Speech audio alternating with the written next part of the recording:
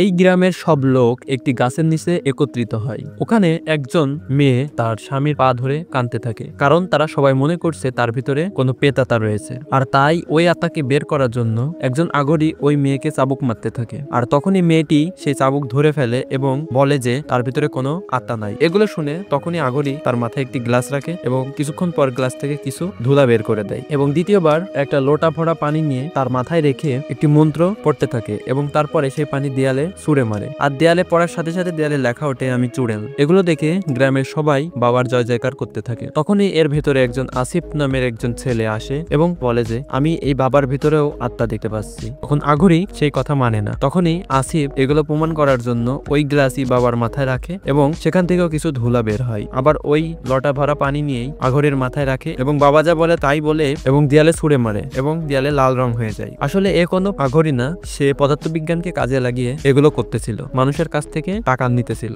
তাই আসিফ সবার সামনে তার পর্দা ফাঁস করে দেয়।